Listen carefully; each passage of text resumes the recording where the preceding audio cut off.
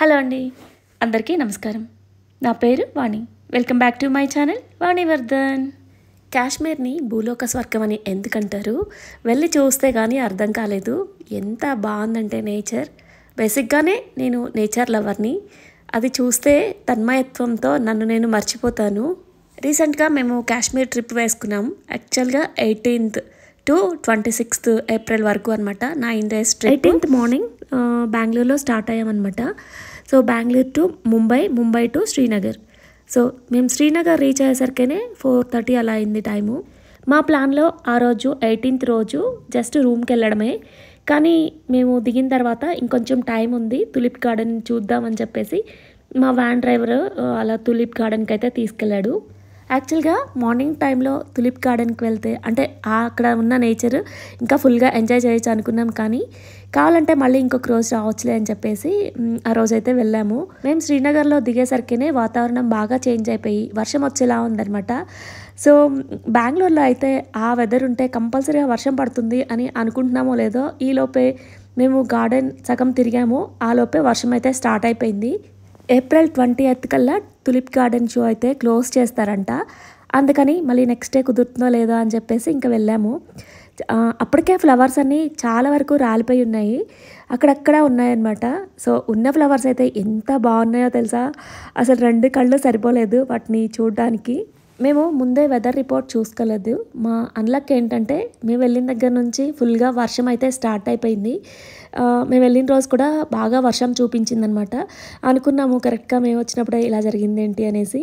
ఇంకా రేపు చూడాల్సిన విజిటింగ్ ప్లేసెస్ ఎలా చూస్తామా, అమ్మో వర్షం తగ్గపోతే ఎలా అనుకుంటూ ఉన్నాం అనమాట. ఇంకా మహా అయితే ఆ తులిప్ గార్డెన్లో ఒక 1/2 hour to 45 minutes అయితే స్పెండ్ చేసేసి ఇక్కడ డ్రిజిలింగ్ అవుతుంది కదా, తడిచిపోతామనేసి ఇంక వెంటనే రూమ్కి అయితే వచ్చేసాం. ఇంక రూమ్కి వచ్చిన తర్వాత ఎవరి రూమ్స్ వాళ్ళకి అలాట్ చేసి రూమ్కి వెళ్ళి ఫ్రెష్ అయిపోయి ఇక డిన్నర్కి అయితే కిందకి వచ్చామన్నమాట. నార్త్ సైడ్ వెళ్తే మనకి ఫుడ్ అంతగా సెట్ అవ్వదు. ఫస్ట్ సెకండ్ డే ఓకే, కానీ తర్వాత అస్సలు తినలేము. అందుకని చెప్పేసి బిఫోర్ వెళ్ళిన మా ఫ్రెండ్స్ అయితే సజెస్ట్ చేశారు, వీలుంటే పికెల్స్ కానీ రైస్ కుక్కర్, చిన్న మినీ కుక్కర్ తీసుకెళ్ళండి బాగుంటుంది అని చెప్పారు. అయితే మేము తీసుకొచ్చాము. కానీ ఫస్ట్ డే కదా, ఇక్కడ ఫుడ్ ఎంజాయ్ చేద్దామనేసి ఇంకా కూర్చొని తింటున్నాము. ఫస్ట్ డే ఫుడ్ చాలా బాగుంది. దాల్ లేక్ వ్యూ రిసార్ట్ అనమాట. వ్యూ బాగా కనిపిస్తుంది ఇక్కడ నుంచి దాల్ లేక్. అండ్ ఆ రిసార్ట్లో మేము 3 days స్పెండ్ చేస్తాము. సో నైట్ కొంచెం అర్లీగానే పడుకున్నాము, 10 అలాగా. ఇంకా మార్నింగ్ అయితే మెలకు వచ్చేసింది. చెప్పాను కదా, వ్యూ చాలా బాగుంది అక్కడ విండోలో నుంచి. ఇక్కడ శ్రీనగర్లో లేట్గా చీకటి పడుతుంది, అర్లీగా లైటింగ్ అయితే వచ్చేస్తుందంట. సో అందులోనూ ఇక్కడ బర్డ్స్ సౌండ్కి నాకు ఉదయాన్నే మెలకు వచ్చేసింది అనమాట. నాకు నేచర్తో పాటు బర్డ్స్ అరుస్తూ ఉంటే ఎంత బాగుంటుందో, అవి వినసొంపుగా ఉంటుంది కదా. సో అవి క్యాప్చర్ చేయడానికే నేను అర్లీగా లేవడానికి ట్రై చేస్తూ ఉంటాను అనమాట ఎక్కడికైనా వెళ్తే. ఏప్రిల్ 19th మార్నింగ్ మా స్కెడ్యూల్లో ఈరోజు సోన్మార్గ్ వెళ్ళాలన్నమాట. సో దానికైతే రెడీ అయిపోయి 7:30 కల్లా ఇంకా రూమ్లోంచి బయటకు వచ్చేసాము. వర్షం పడుతూ ఉంది, ఎలా జరుగుతుందో అనుకుంటూ ఉన్నాం అనమాట.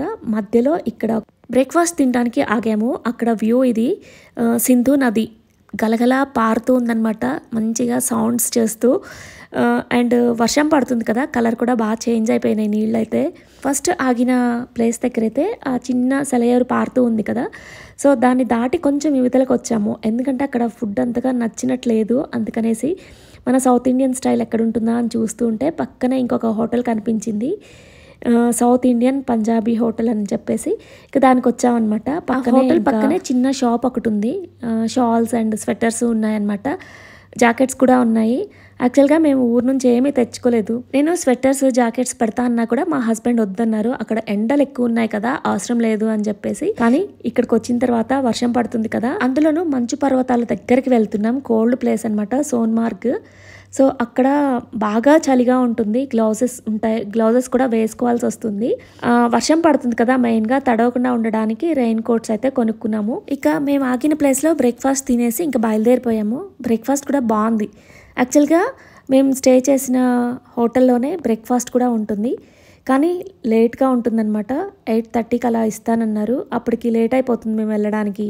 అందుకని చెప్పేసి మాకు ప్యాక్ చేయమంటే ఇంకా బ్రెడ్ అండ్ బటరు ప్యాక్ చేసి ఇచ్చారు. ఇక ఆ చలికి అవి గట్టిపోయి గట్టిగా ఉన్నాయన్నమాట ఆ బ్రెడ్. సో అక్కడికి తినేసాము బాగా ఆకలేస్తుంటే. ఇక 10 o'clock అప్పుడు ఇంకా మధ్యలో ఇక్కడ మేము ఇందాక చూపించిన ప్లేస్ దగ్గర బ్రేక్ఫాస్ట్ తినేసి ఇంకా మళ్ళీ బయలుదేరిపోయాము. దగ్గరికి రీచ్ అయ్యే కొద్దీ సీనరీస్ అయితే భలే ఉన్నాయి, చాలా బాగుంది. దూరం నుంచి కొండలు చూస్తున్నారు కదా. వైట్ రాయి అనుకుంటున్నాను, కాదు అది ఐస్. అవునా, కొంచెం పగలగొట్టుకొని వెళ్దాం అనుకుంటున్నారు రాయి అనుకొని. యాక్చువల్గా వీడియోలో చాలా తక్కువ కనిపిస్తుంది, రియల్గా అయితే 2 కళ్ళు సరిపోవట్లేదు చూడ్డానికి.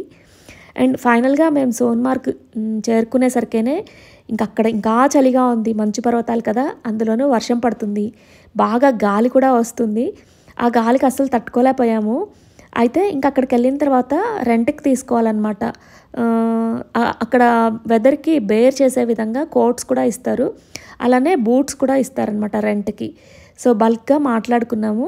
యాక్చువల్గా మేము అక్కడ నుంచి మెయిన్గా మేము వెళ్ళిన వెహికల్ ఒక ప్లేస్ వరకే వెళ్ళగలుగుతుంది. ఆ ప్లేస్ నుంచి మళ్ళీ ఇంకో 2 kilometers లోపలికి వెళ్ళాలి. అక్కడికి ఇంకొక క్యాబ్ మాట్లాడుకోవాలన్నమాట.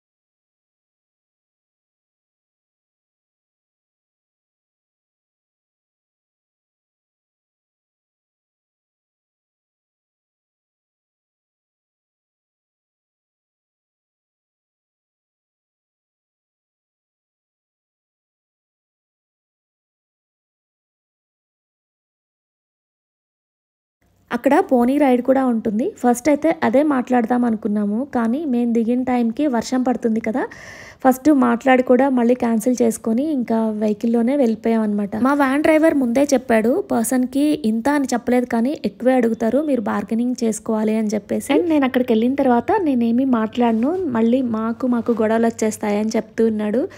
ఫైనల్గా ఆ ట్రిప్ అంతా కంప్లీట్ అయిన తర్వాత అర్థమైంది ఏంటంటే, వ్యాన్ డ్రైవర్స్ కానీ పోనీ రైడర్స్ కానీ డీలింగ్స్ పెట్టుకొని కావాలని వాళ్ళు అలా చేస్తూ ఉన్నారని అర్థమైంది. సోన్మార్గ్లో దిగ్గానే పోనీ రైడర్స్ని బుక్ చేసుకున్నాము. చెప్పాను కదా, వెదర్ చేంజ్ అవ్వడం వల్ల మేము మళ్ళీ క్యాన్సిల్ చేసుకొని క్యాబ్ డ్రైవర్ని మళ్ళీ మాట్లాడుకున్నాము. యాక్చువల్గా ఒక్కొక్క పర్సన్కి 1500 చొప్పున తీసుకున్నారు. ఎంత 2 kilometers వెళ్ళాలి. ఫైనల్గా అక్కడికి వెళ్ళిన తర్వాత అక్కడ నుంచి మళ్ళీ ఇంకొక రైడ్ ఉంటుంది. ఫస్ట్ క్యాబ్ బుక్ చేసుకున్నప్పుడు తెలీదు, కరెక్ట్గా ఈ ప్లేస్కే వెళ్తున్నాం అనుకున్నాం, కానీ అతను పర్టికులర్గా ఒక ప్లేస్లోనే ఆపేశాడు. అక్కడ నుంచి మనం మళ్ళీ ఇంకా 2-wheeler వెహికల్లో వెళ్ళాలన్నమాట. చిన్న బండ్లు ఉన్నాయి, దానిలో వెళ్ళాలి. యాక్చువల్గా అక్కడ నుంచి ఇంకా ఎక్కువ దూరం ఉంటుందేమో అనుకున్నాము, కానీ జస్ట్ ఒక 1 kilometer డిఫరెన్సే ఉంటుంది. అలా అక్కడ 1 kilometer వెళ్ళడానికి మళ్ళీ 2-wheelerని బుక్ చేసుకోవాలి. యాక్చువల్గా మేము పర్సన్కి 1500 చొప్పున బుక్ చేసుకున్నాము, కానీ చాలా మోసం జరిగింది. యాక్చువల్గా 800 పర్ హెడ్ పడుతుందంట. సో తెలిసిన తర్వాత చాలా బాధేసింది. పహల్గామ్ టెర్రర్ అటాక్ జరిగింది కదా, ఆ ఇన్సిడెంట్ జరిగిన తర్వాత ఆలోచిస్తే మేము వెళ్ళిన ప్లేసుల్లో ఎక్కడా కూడా సెక్యూరిటీ చాలా తక్కువ ఉంది. అసలు సోన్మార్గ్లో అయితే అది కూడా కనిపించలేదు. ఎంట్రన్స్లో అంటే సోన్మార్గ్ మా మెయిన్ వెహికల్ ఎంటర్ అయిన తర్వాత ఒక వెహికల్ మాట్లాడుకొని వెళ్ళాలి అని చెప్పాను కదా, సో అక్కడ మాట్లాడుకొని వెళ్తూ ఉన్నప్పుడు ఒక పోలీస్ ఆపి మీరు పర్ హెడ్ ఎంత ఇచ్చారు అని అడిగారు. అక్కడ ఒక్కరే కనిపించారనమాట, ఇంకా తర్వాత అసలు కనిపించలేదు. అండ్ అలానే అమర్నాథ్ రెండో రూట్ ఉంటుందన్నమాట, అది మరీ స్ట్రీమీగా ఉంటుందంట, అటునుంచి కూడా వెళ్ళొచ్చంట, అది కూడా అటువైపే అని చెప్పారు. ఇక సోన్మార్గ్ దగ్గర నుంచి ఒక 2 kilometers దాటంగానే లోపలికి కార్గిల్ బోర్డర్ కూడా కనిపించింది. క్యాబ్ డ్రైవర్ చెప్పాడు ఇదే కార్గిల్ బోర్డర్ అని చెప్పేసి. ఆ టైంలో ఆ వెదర్, ఆ నేచర్ చూస్తూ అసలు చాలా హ్యాపీగా ఫీల్ అయ్యాము, అసలు బాగా ఎంజాయ్ చేసాము.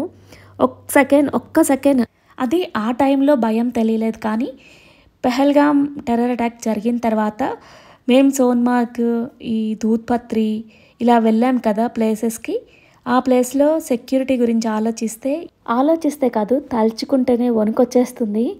అసలు అవన్నీ తెలియకుండానే ఫుల్గా ఎంజాయ్ చేసాము. కరెక్ట్గా మేము సోన్మార్గ్ వెళ్ళి వ్యాన్ దిగిన దగ్గర అయితే వర్షం పడుతుంది. ఇంకా అక్కడ నుంచి కార్లో మళ్ళీ ఇంకొక 2 కిలోమీటర్స్ లోపలికి వెళ్ళాము.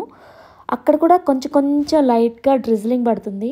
అక్కడ నుంచి 2 వీలర్లకు వచ్చామన్నాను కదా, ఆ ప్లేస్కి వచ్చిన తర్వాత ఆ వర్షం వల్ల కూడా స్నోలాగా మారిపోయిందనమాట.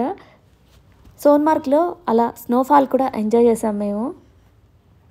ఫోన్లో 100% క్యాప్చర్ చేయలేము, మన కళ్ళతోనే ఎంజాయ్ చేయాలి. అక్కడ సీనరీస్ అన్నీ కూడా మహా అయితే ఒక 60% ఇలా ఫోన్లో చూపించగలమేమో.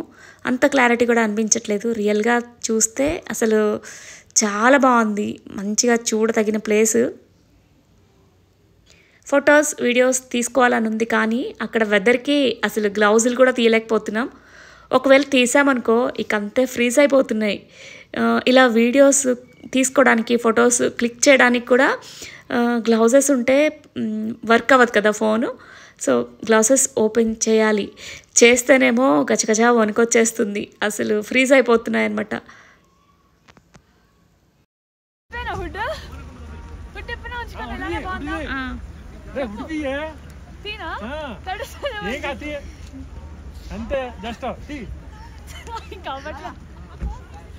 పిల్లలైతే వెళ్ళగానే ఇక స్నోతో ఆడుకుంటూ బాల్స్ చేసుకుంటూ ఒకరి మీద ఒకరు విసిరేసుకుంటూ అసలు ఎవరి గోల వాళ్ళదే, ఎవరి ఫోన్లు వాళ్ళవే, ఫొటోస్ వీడియోస్ కవర్ చేసుకుంటూ ఇక ఫైనల్గా కొద్దిసేపు అలా ఆ నేచర్ని చూసి మేము కూడా కొంచెంసేపు మంచుతో ఆడుకున్నాము. ఇక లాస్ట్లో వచ్చే ముందు ఇలా గ్రూప్గా ఇలా చిన్న క్లిప్స్ అయితే కవర్ చేసుకున్నాము. అంత చలిలో అసలు ఫోన్ ఆపరేట్ చేయడానికి కూడా అసలు అవ్వట్లేదు. అందుకే ఎక్కువ క్లిప్స్ కూడా కవర్ చేయలేదు. నేను ఎక్కువ షార్ట్స్ షేర్ చేద్దామని అలానే తీశాను హారిజంటల్గా. అయితే ఇంకా క్లిప్స్ ఏమీ లేవు. అందరూ అడుగుతున్నారు మీరు కాశ్మీర్ ట్రిప్ మీరు ఎలా ఎంజాయ్ చేశారు, ట్రిప్ ఎలా జరిగింది అనేది ఆ విషయాన్ని షేర్ చేయమని అడుగుతున్నారు. సో షార్ట్స్నే ఇంకా ఇలా చిన్న క్లిప్స్ ఉంటే వాటిని యాడ్ చేసి ఇలా కవర్ చేశాను. చలికాలంలో ఇలా ఊదితే నోట్లోంచి పొగలు రావడం చూసాం, కానీ మన బాడీలోంచి కూడా పొగలు వచ్చేస్తున్నాయి అన్నమాట ఆ చలికి. అంటే మన బాడీలో ఉన్న హీట్ తెలుస్తుంది బయటికి రావడం కూడా. సో ఫస్టే కదా వేడి ప్లేస్ నుంచి, అంటే బెంగళూరులో చల్లగానే ఉంటుంది కానీ ఇంకా చల్లగా ఉంది కదా కాశ్మీర్లో. సో మా స్కిన్ మేము బాదర్ చేయలేకపోయాం అనమాట ఆ వెదర్కి. తర్వాత కొంచెం అలవాటు అయిపోయింది. ఇంకా వర్షం కూడా అంతగా లేదు, కొంచెం తగ్గిపోయింది అనమాట నెక్స్ట్ విజిటింగ్ ప్లేసెస్లో. కానీ ఫస్ట్ డే అయితే ఫుల్ వర్షము, చలి. టోటల్గా ఈ స్నోలో ఆడుకొని ట్రిప్ అంతా కంప్లీట్ అయిపోయి మాది రిటర్న్ మళ్ళీ క్యాబ్లోకి వెళ్ళి కూర్చున్న తర్వాత అసలు హంగామా మొదలైంది. హంగామా అంటే ఆ చలికి తట్టుకోలేక ఎముకలు వణికిపోతున్నాయి అన్నమాట, మాకు సంబంధం లేకుండానే బిగబట్టేసి. ఇక్కడ ఎవరు చూసినా పెద్ద విలన్లానే కనిపిస్తున్నారు. ఈయనేమో రైడ్స్ ఉన్నాయి పిల్లలకి పెద్దవాళ్ళకి కూడా, ఆ స్నో రైడ్ ఎక్కుతారా అని అడుగుతూ ఉన్నారు. సో అన్వితానేమో మళ్ళీ రిటర్న్లో చూస్తామని చెప్తూ ఉందన్నమాట. కాశ్మీర్లో ఎక్కువగా అందరూ కూడా టూరిజం మీదే డిపెండ్ అయి ఉంటారు. రిసీవింగ్ అయితే చాలా బాగుంది. డ్రైవర్ దగ్గర నుంచి పోనీ రైడర్స్ కానీ క్యాబ్ డ్రైవర్స్ కానీ చాలా బాగా రిసీవ్ చేసుకున్నారు. అండ్ హోటల్ వాళ్ళైతే గచ్చంగా అసలు ఎంత ఆప్యాయంగా వడ్డిస్తున్నారో చాలా బాగా చేశారు. వంట కూడా బాగుంది. మేము ఇంటి దగ్గర నుంచి పికెల్స్ అండ్ రైస్ కూడా తీసుకెళ్ళాం, కానీ ఏవి అసలు ఓపెన్ చేయాల్సిన అవసరం రాలేదు. సో మేము స్టే చేసిన హోటల్స్ అన్నీ కూడా చాలా బాగున్నాయి అండ్ ఫుడ్ కూడా బాగుంది.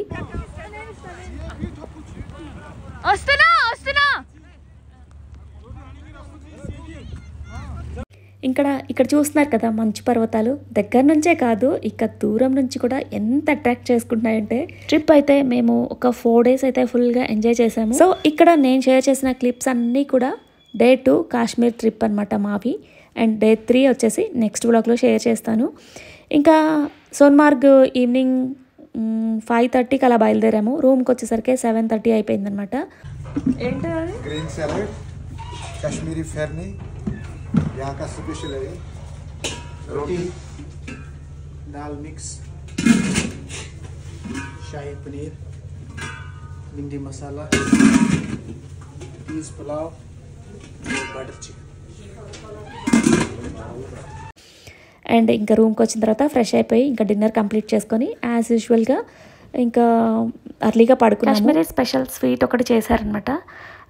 డిన్నర్ కంప్లీట్ అయిన తర్వాత ఒక చిన్న బౌల్లో తెచ్చుకుంటున్నాము తిందామనేసి. ఇక హోటల్లో లంచ్ అయితే ఉండదు, మార్నింగ్ బ్రేక్ఫాస్ట్, ఈవినింగ్ డిన్నర్ ఉంటుందన్నమాట. సో డిన్నర్ కూడా ఫుల్గా ఎంజాయ్ చేసాం, బాగుంది డిన్నర్ కూడా. అండ్ డైలీ చికెన్ అయితే ఇస్తున్నారు.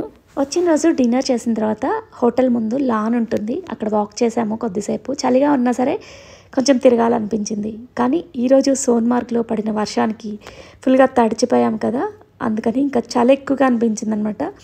ఇక లోపలైతే రూమ్స్లో హీటర్స్ ఉన్నాయి. రేపటి ప్లాన్లో దూద్పత్రి వెళ్ళాలి. అండ్ బయట కూడా ఫుల్గా వర్షం చూపిస్తుంది, గట్టిగా పడుతుంది అనమాట సౌండ్స్తో. సో యాజ్ యూజువల్గా డే 3 అనమాట ఇది. ఇంకా రోజుట్లాగానే ఈరోజు కూడా, అంటే నిన్నట్లాగానే ఈరోజు కూడా ఇలా చిన్న క్లిప్స్ని అయితే కవర్ చేశాను.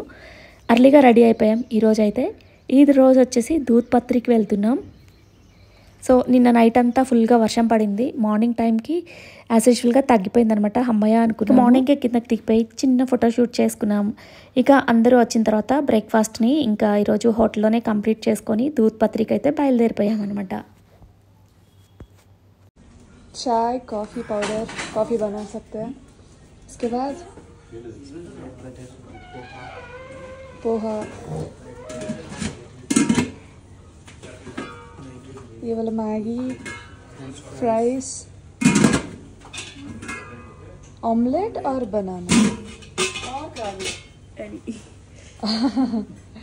సో ఇక day 2 of Kashmir trip complete అయిపోయింది. Day 3 of Kashmir trip next వ్లాగ్లో షేర్ చేస్తాను. మరొక వీడియోతో మళ్ళీ కలుద్దాం. Thank you for watching and stay tuned.